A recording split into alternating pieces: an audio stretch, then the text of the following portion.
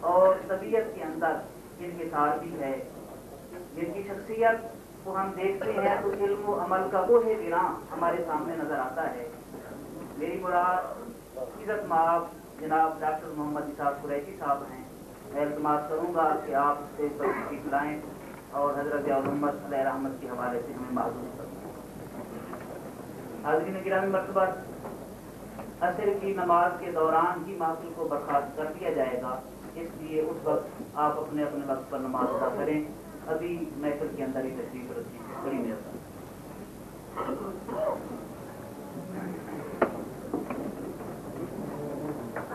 نحمده ونصلي ونسلم على حبيبه الكريم.